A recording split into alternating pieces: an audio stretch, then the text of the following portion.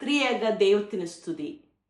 പരിശുദ്ധ ദൈവമാതാവിന്റെ ശൂനോയോ നോമ്പിനോടനുബന്ധിച്ചുള്ള ഈ വേദപഠന ഭാഗത്ത് ഇന്ന് നമ്മുടെ ചിന്തയ്ക്കായി ഞാൻ തിരഞ്ഞെടുക്കുന്ന വേദഭാഗം വിശുദ്ധ യോഹന്നാന്റെ സുവിശേഷം 21 അധ്യായം 1 മുതൽ 12 വരെയുള്ള വേദഭാഗങ്ങളാണ്. നമുക്കേവർക്കും വളരെയേറെ സുപരിചിതമായ ഈ ഭാഗമാണെങ്കിലും ഒരിക്കൽ കൂടി ധ്യാനത്തിനായി ഈ ഭാഗം തിരഞ്ഞെടുക്കാമെന്ന് കരുതുന്നു.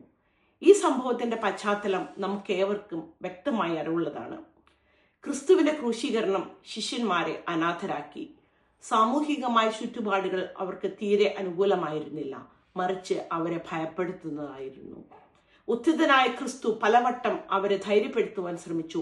എങ്കിലും അവർ സ്വന്തം വിളിയിൽ നിന്ന് പിന്നോക്കം പോയി അവരുടെ പഴയ തൊഴിലിലേക്ക് തിരിച്ചു പോകുന്ന ഒരു ചിത്രമാണ് നമുക്കിവിടെ കാണുവാനായി കഴിയുന്നത്. ക്രിസ്തുവിന്റെ വിളി കേട്ട് ശിഷ്യന്മാരായി തീരുന്നതിന് മുമ്പ് അവർ മുക്കുവരായിരുന്നു എന്നുള്ള കാര്യം നമുക്ക് ഏവർക്കും അറിവുള്ളതാണ്. അതുകൊണ്ട് തന്നെ കടലിന്റെ സ്വഭാവവും എങ്ങനെ ഫലപ്രദമായി മീൻ പിടിക്കാം എന്നുള്ള കാര്യത്തിലും അവർ വളരെ വിദഗ്ധരായിരുന്നു. അതുകൊണ്ട് തന്നെ അവരുടെ ആത്മവിശ്വാസവും വളരെയേറെ വലുതായിരുന്നു. എന്നാൽ ആ സാഹചര്യത്തിൽ ഒരു വലിയ കുറവ് അവർക്കുണ്ടായിരുന്നു. ക്രിസ്തു അവരോടൊപ്പം ഉണ്ടായിരുന്നില്ല എന്നുള്ളതായിരുന്നു ആ കുറവ്. ക്രിസ്തുവിനെ ഉപേക്ഷിച്ച് സ്വന്തം വഴി തേടി പോകുന്ന ശിഷ്യന്മാരെ നമുക്കിവിടെ കാണുവാൻ കഴിയും. ഈ ചെറിയ ജീവിതത്തിൽ പലപ്പോഴും നാം ക്രിസ്തുവിനെ ഉപേക്ഷിച്ച് നമ്മുടെ കഴിവിലും ആത്മവിശ്വാസത്തിലും ആശ്രയിച്ച് വൃഥ അധ്വാനിക്കാറുണ്ട്.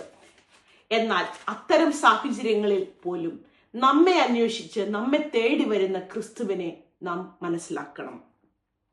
ക്രിസ്തു പടകിലെത്തിയപ്പോൾ രാത്രി മുഴുവനും അധ്വാനിച്ചിട്ട് ഒന്നും കിട്ടാതിരുന്ന ശിഷ്യന്മാർക്ക് ഒരു വലയിൽ നിന്നും വലിച്ചു കയറ്റാനാവാത്ത വിധം വലിയ മീൻകൂട്ടത്തെ ലഭിക്കുകയുണ്ടായി.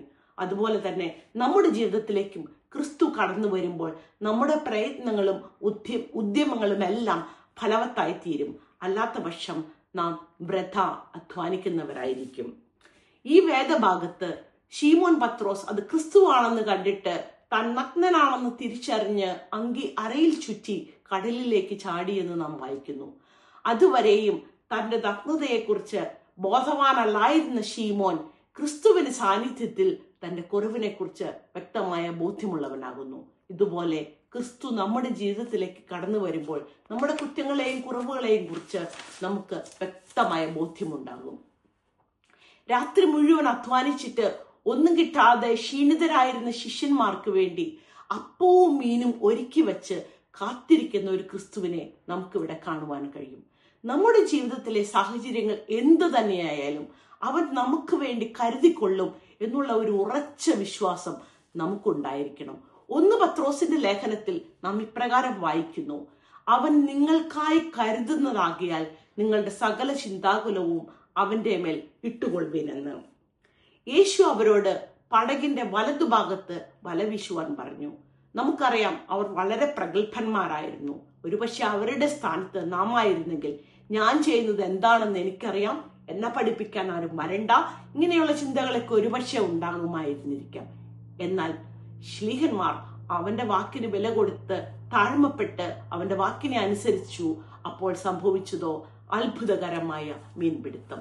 ഇതുപോലെ തന്നെ പരിശുദ്ധ ദൈവമാതാവിന്റെ ജീവിതത്തിലും ഇത്തരം സാഹചര്യങ്ങൾ നമുക്ക് കാണുവാൻ കഴിയും.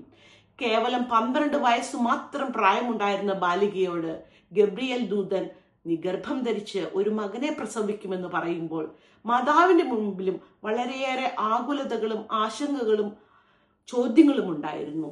എന്നാൽ അവയ്ക്കെല്ലാം ഉപരിയായി സ്വയം വിനയപ്പെട്ട് ദൈവത്തിന്റെ വാക്കിനു മുമ്പിൽ സ്വയം സമർപ്പിച്ചപ്പോൾ മാതാവ് ദൈവമാതാവ് എന്നുള്ള പദവിയിലേക്ക് ഉയർത്തപ്പെട്ടു. നാം യാമപ്രാർത്ഥനയിൽ ഇപ്രകാരം പാടുന്നു: ആരുമുയർത്തപ്പെട്ടില്ലിതുപോൽ അതിനാൽ സ്പഷ്ടം മറിയാമേ പോൽ ആരും താഴ്ത്തപ്പെട്ടിട്ടില്ല. മറിയാമിന്റെ പാട്ട് എന്നറിയപ്പെടുന്ന വേദഭാഗത്ത് നാം ഇങ്ങനെ വായിക്കുന്നു: മറിയാം പറഞ്ഞത് എന്തെന്നാൽ, എന്റെ ദേഹി കർത്താവിനെ മഹത്വപ്പെടുത്തുന്നു, എന്റെ ആത്മാവ് എന്റെ രക്ഷിതാവായ ദൈവത്തിൽ ഉല്ലസിക്കുന്നു. അവൻ തന്റെ ദാസിയുടെ താഴ്മയെ കടാക്ഷിച്ചിരിക്കുന്നു. ഇന്നു മുതൽ എല്ലാ തലമുറകളും എന്നെ ഭാഗ്യവതി എന്ന് വാഴ്ത്തും. അതെ, ദൈവസന്നിധിയിൽ സ്വയം താഴ്ത്തുന്നവരെ ദൈവം ഉയർത്തും. രാവ് മുഴുവനും അധ്വാനിച്ചിട്ടും യാതൊന്നും കിട്ടാതിരുന്ന ശിഷ്യന്മാർ യേശുവിന്റെ വാക്കിനു മുമ്പിൽ താഴ്മപ്പെട്ടപ്പോൾ, അതനുസരിച്ചപ്പോൾ അവിടെ അത്ഭുതം സംഭവിച്ചു. പരിശുദ്ധ മറിയം ദൈവത്തിന്റെ വാക്കിന് കീഴ്പ്പെട്ടപ്പോൾ ദൈവമാതാവെന്നുള്ള അത്യുന്നത പദവിക്ക് യോഗ്യയായി തീർന്നു.